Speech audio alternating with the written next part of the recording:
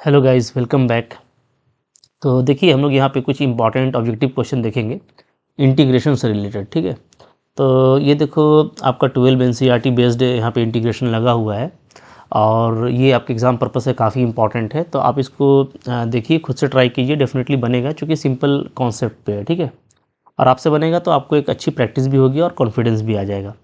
फिर उसके बाद आप देख लो कि मैं इसको कैसे बनाता हूँ और कौन सा ऑप्शन करेक्ट रहेगा। ठीक है, तो 1 to 1 करेंगे। तो यहाँ पे फर्स्ट क्वेश्चन हमारे पास में है, ये इंटीग्रेशन है। तो इंटीग्रेशन का आपने अच्छा खासा प्रैक्टिस किया है। ठीक है, ये देखते ही आपको समझ में आ जाएगा कि यहाँ पे हम लोग क्या करेंगे जी, cos 2x का फॉर्मूला लगा देंगे। क्या होता है, 2 cos स्क्वायर एक्स। ठीक है, माइनस cos 2 थीटा का अप्लाई करेंगे तो हो जाएगा 2 cos स्क्वायर थीटा। ओके, और नीचे हम लोगों का क्या है, ये हम लोगों का cos x minus cos theta. ठीक है, dx। अब देखिए, अब आप देखोगे कि ऊपर में हमारा 2 कॉमन हो गया और 2 कॉमन ले लेंगे तो आ जाएगा cos square x minus cos square theta, यानी a square minus b square. तो इसको मैं लिख सकता हूँ क्या, cos x minus cos theta. ठीक है, a minus b into cos x plus cos theta. ठीक है, समझ में आ रहा है आपको। 2 को कॉमन लेंगे तो ए स्क्वायर माइनस बी स्क्वायर आएगा, उसको मैंने ऐसे लिख दिया। ठीक है, और नीचे जो हम लोगों का फैक्टर है वो है क्या, cos x minus cos theta. ठीक है, तो अब आप देख रहे होंगे कि यहाँ पे dx है, साथ में क्या है जी, dx। ठीक है, तो आपको दिख रहा होगा कि ये सेम फैक्टर है, कैंसिल हो जाएगा। तो जो बच रहा है वो क्या है, 2 cos x का इंटीग्रेशन क्या होता है, तो sin x होता है जी। ठीक है, प्लस अब यहाँ पे देखो cos थीटा क्या है, ये कांस्टेंट है, क्योंकि आप x के रिस्पेक्ट में इंटीग्रेशन कर रहे हैं। तो cos थीटा कांस्टेंट है, तो सिंपली क्या होगा, x का इंटीग्रेशन हो जाएगा x। ठीक है, तो फाइनली जो यहाँ पे आंसर आ रहा है वो क्या आ रहा है, वो आ रहा है आपका 2 sin x plus x cos theta. ठीक है, एक हम लोग यहाँ पे कांस्टेंट लगा देंगे आर्बिट्रेरी c। तो जो ऑप्शन यहाँ पे है ना, वो बिल्कुल ए नंबर आपका करेक्ट ऑप्शन है। ओके, तो काफ़ी सिंपल क्वेश्चन था, बिल्कुल मोहब्बत से बनेगा, आपको बस बनाते चलना है।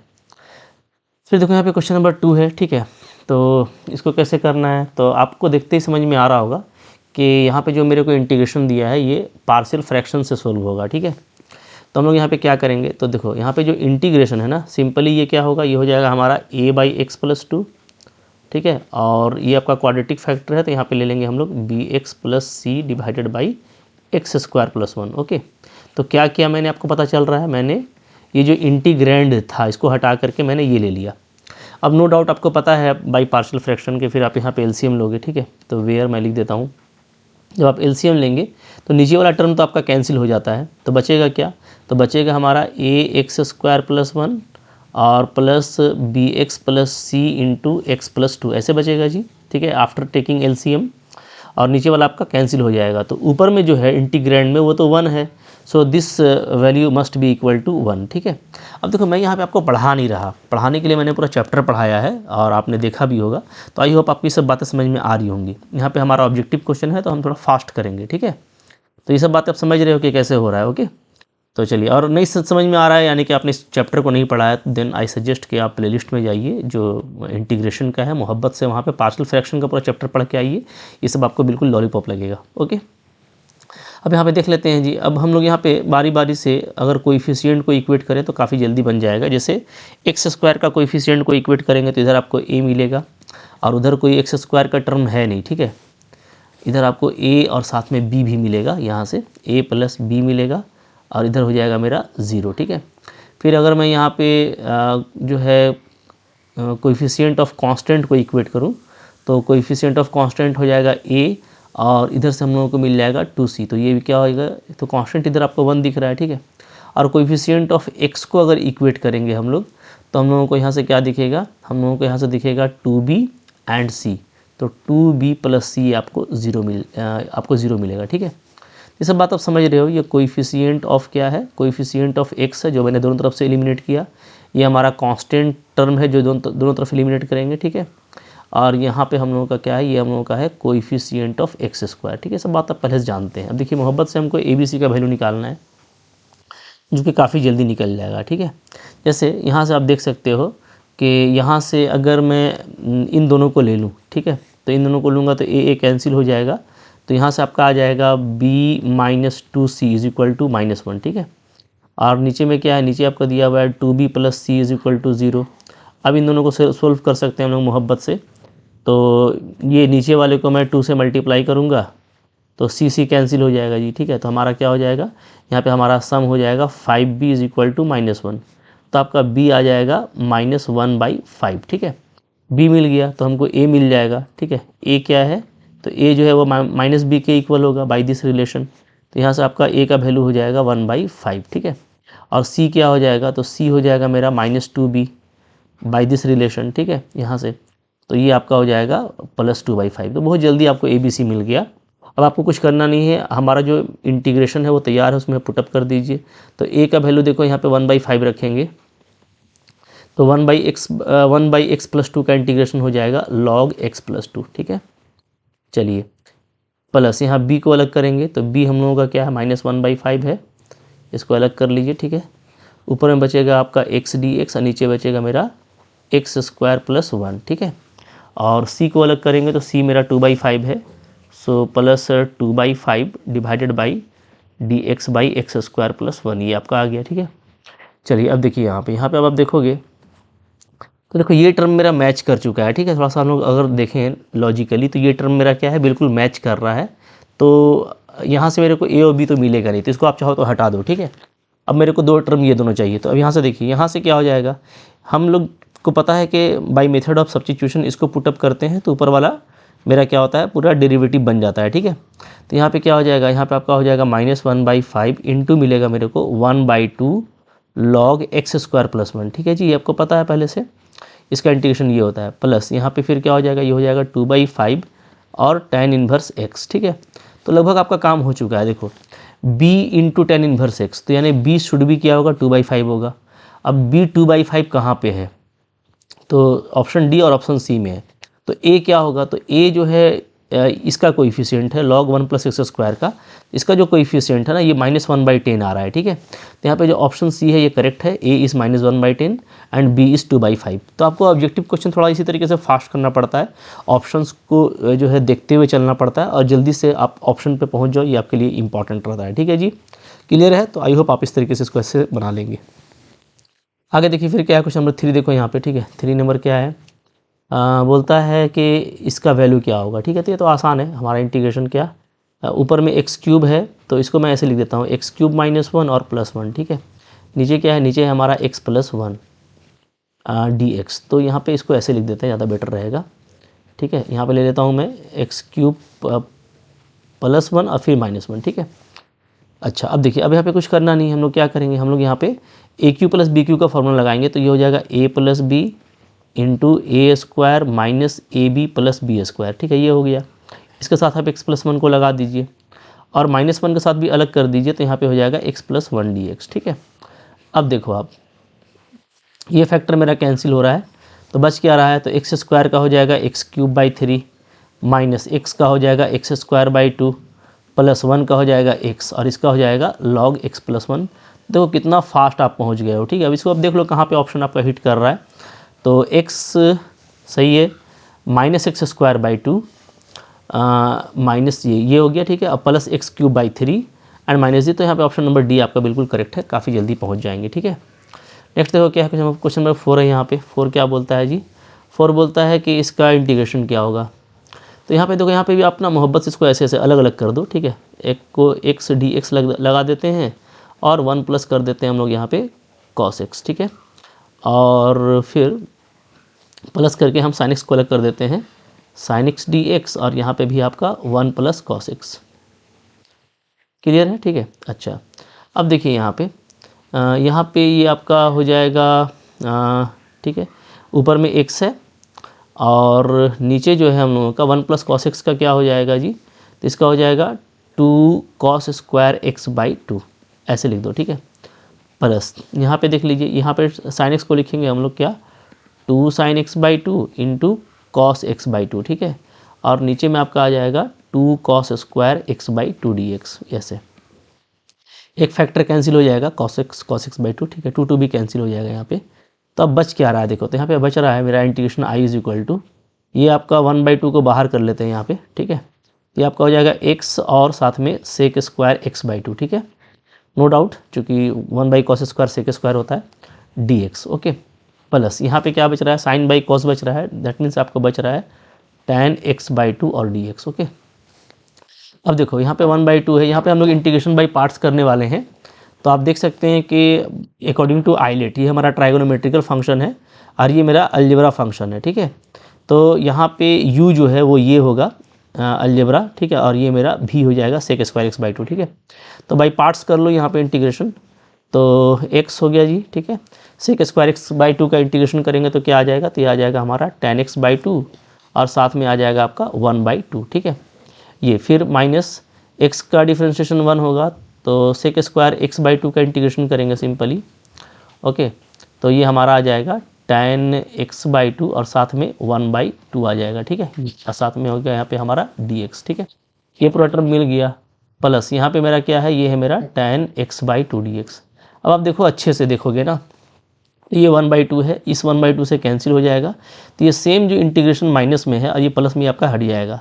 तो फाइनली क्या बच रहा है, तो ये 1/2 भी कैंसिल होगा, तो हमारा फाइनली बच रहा है यहाँ पे x tan x/2। ये हमारा यहाँ पे करेक्ट ऑप्शन होगा, ऑप्शन नंबर डी। तो बहुत जल्दी हम लोग यहाँ पे ऑप्शन पे रीच कर जाएंगे, ठीक है। नेक्स्ट देखो यहाँ पे 5 नंबर क्वेश्चन है, क्या बोलता है, हमको इसका इंटीग्रेशन करना है, ठीक है। तो यहाँ पे भी देखो हम लोग कैसे करने वाले हैं, ऊपर में x³ है ना, तो यहाँ पे मेथड ऑफ सब्स्टिट्यूशन आपके लिए बेस्ट रहेगा। आप क्या कीजिए, आप ना 1 + x² को आप पुट कर दीजिए t², ठीक है। तो अब इसका जो डिफ्रेंशिएशन होगा वो हो जाएगा 2x dx = 2t और dt, तो 2 कैंसिल हो गया, ठीक है।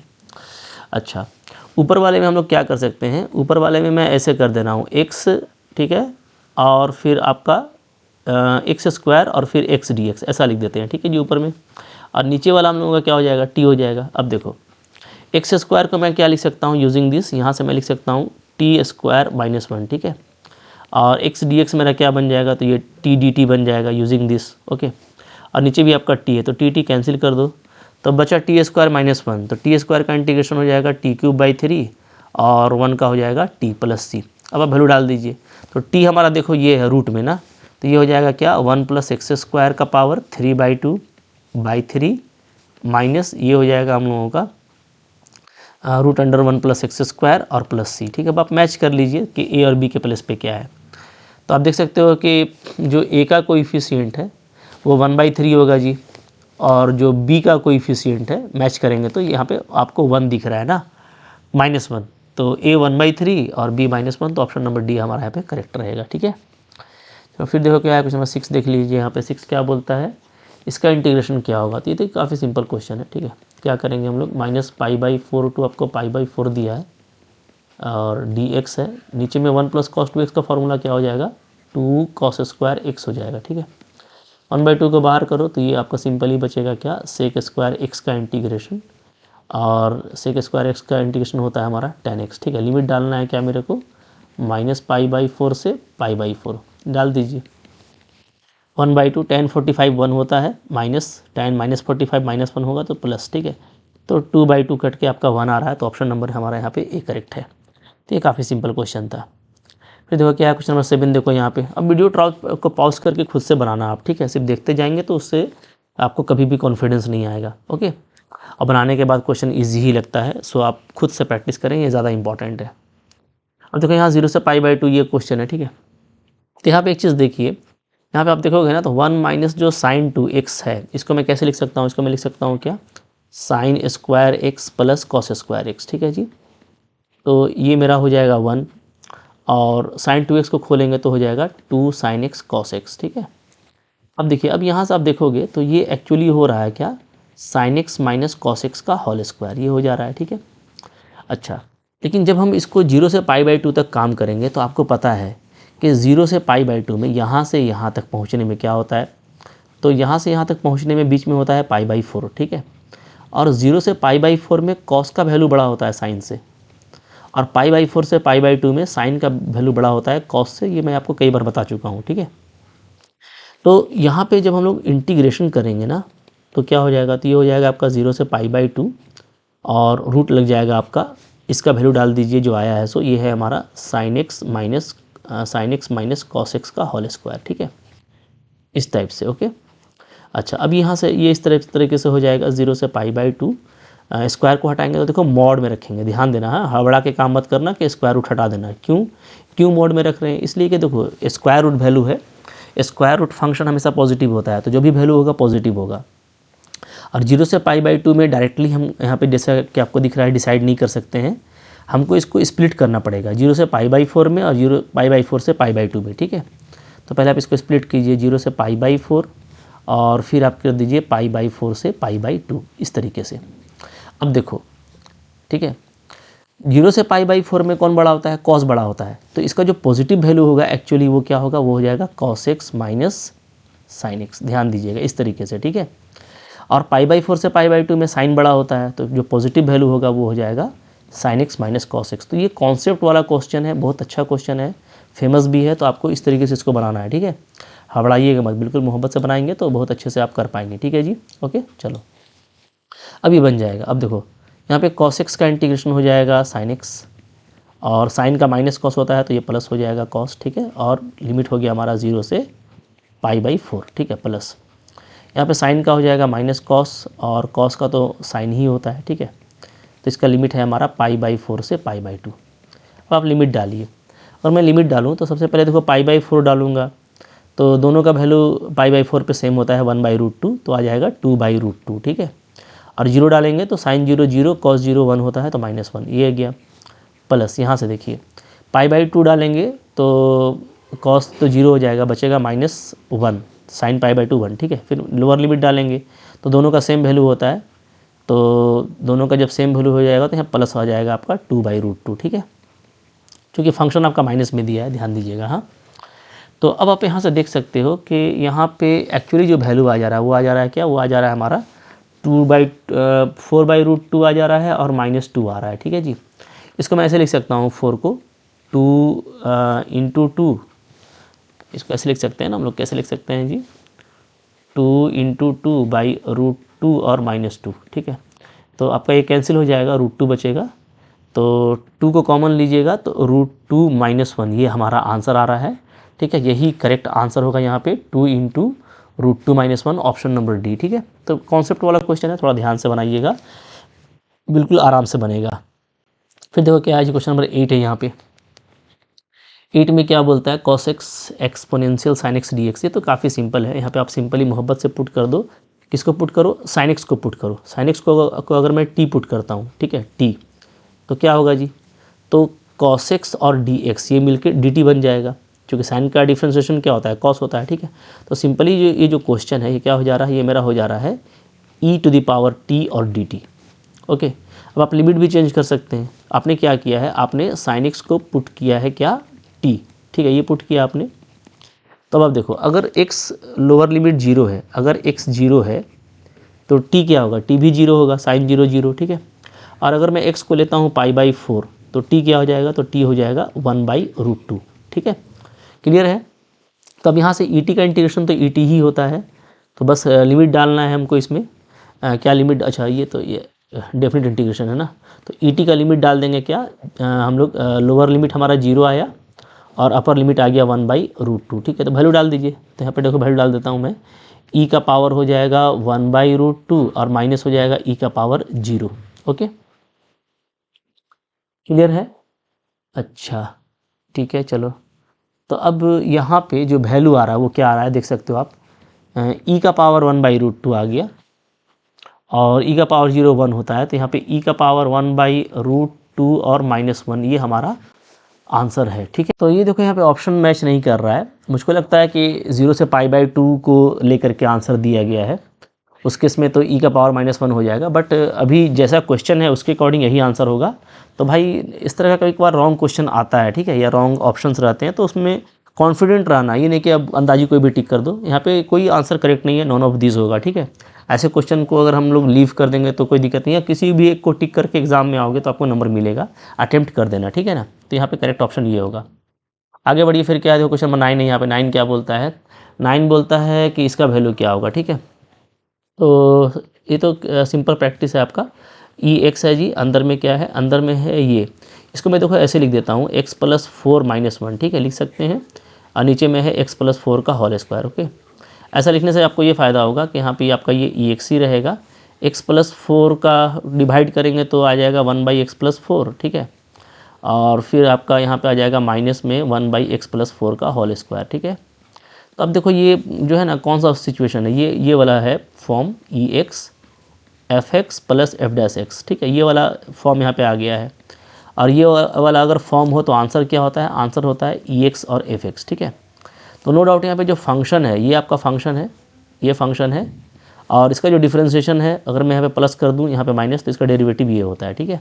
ओके, तो ई एक्स इंटू एफ एक्स होगा, तो यहाँ पे आंसर हो जाएगा ई एक्स इंटू 1/x+4, ठीक है, प्लस सी लगा दीजिए। तो यहाँ पे देखो ये फर्स्ट ऑप्शन बिल्कुल आपका करेक्ट है, ठीक है। चलो फिर देखिए क्या है क्वेश्चन नंबर 10। 10 को देखिए कैसे बनाएंगे। -पाई से पाई है ना, तो डेफिनेट इंटीग्रेशन का प्रॉपर्टी अप्लाई कर दीजिए। फंक्शन को चेकआउट कर लेते हैं। यहाँ पे जो हमारा इंटीग्रैंड है वो है साइन क्यूब एक्स और साथ में है कॉस स्क्वायर एक्स, ठीक है जी, ये है। अगर मैं एफ ऑफ -x निकालूँ तो ये हो जाएगा साइन क्यूब ऑफ -x, ठीक है, और कॉस स्क्वायर ऑफ -x। अब देखो साइन का माइनस तो बाहर आता है आपको पता है, तो माइनस साइन क्यूब एक्स हो जाएगा, और कॉस -x ऐसे भी कॉस एक्स होता है, स्क्वायर करेंगे तब भी वो कॉस स्क्वायर एक्स ही आएगा। मतलब पूरा जो फंक्शन है ना वो माइनस में आ जा रहा है। एफ ऑफ -x क्या आ जा रहा है, -f(x) आ जा रहा है। तो आपने पढ़ रखा है कि ऐसा फंक्शन क्या होता है जी, ऑड फंक्शन होता है। क्या होता है, ऑड, ठीक है। और अगर ऑड फंक्शन है तो हमारा जो इंटीग्रेशन है वो मोहब्बत से क्या होने वाला है, 0 होने वाला है। तो ऑप्शन नंबर बी आपका करेक्ट है, ठीक है। इस तरह का प्रैक्टिस आपने कर रखा है। तो देखो मुश्किल क्वेश्चंस नहीं थे, आई होप आपने इसको अच्छे से देखा है और आपका बहुत सारा क्वेश्चन बन गया होगा खुद से। और मैं आपको सजेस्ट करूंगा कि देखो जहाँ भी इस तरह का ऑब्जेक्टिव क्वेश्चन मिले ना उसको बनाइए, इससे प्रैक्टिस होता है। और इंटीग्रेशन के लिए तो मैं हमेशा कहते रहता हूँ कि this is the heart of mathematics. Actually calculus का जो पोर्शन है वो काफ़ी इंपॉर्टेंट पोर्शन है, उसमें इंटीग्रेशन तो हम लोग बहुत हमारा लवली जोन आता है ना, तो इसको आप जितना प्रैक्टिस करेंगे उतना आपके लिए फ्रूटफुल रहेगा। तो चलो फिर और भी कुछ क्वेश्चंस होता है तो हम लोग करते हैं, बट ये एग्जाम पॉइंट ऑफ व्यू से इंपॉर्टेंट थे तो मैंने आपको बता दिया, ठीक है। कोई डाउट होगा आप कमेंट करना, अच्छा लगा होगा लाइक ज़रूर कीजिएगा, चैनल पे नए सब्सक्राइब करके रखो। 1 to 1 सारा कंटेंट मैं दे रहा हूँ आपको, ठीक है। पढ़ते जाइए, डेफिनेटली आपका फंडामेंटल अच्छा रहेगा, आगे भी आपको कोई दिक्कत नहीं होने वाला, ठीक है। Thank you very much.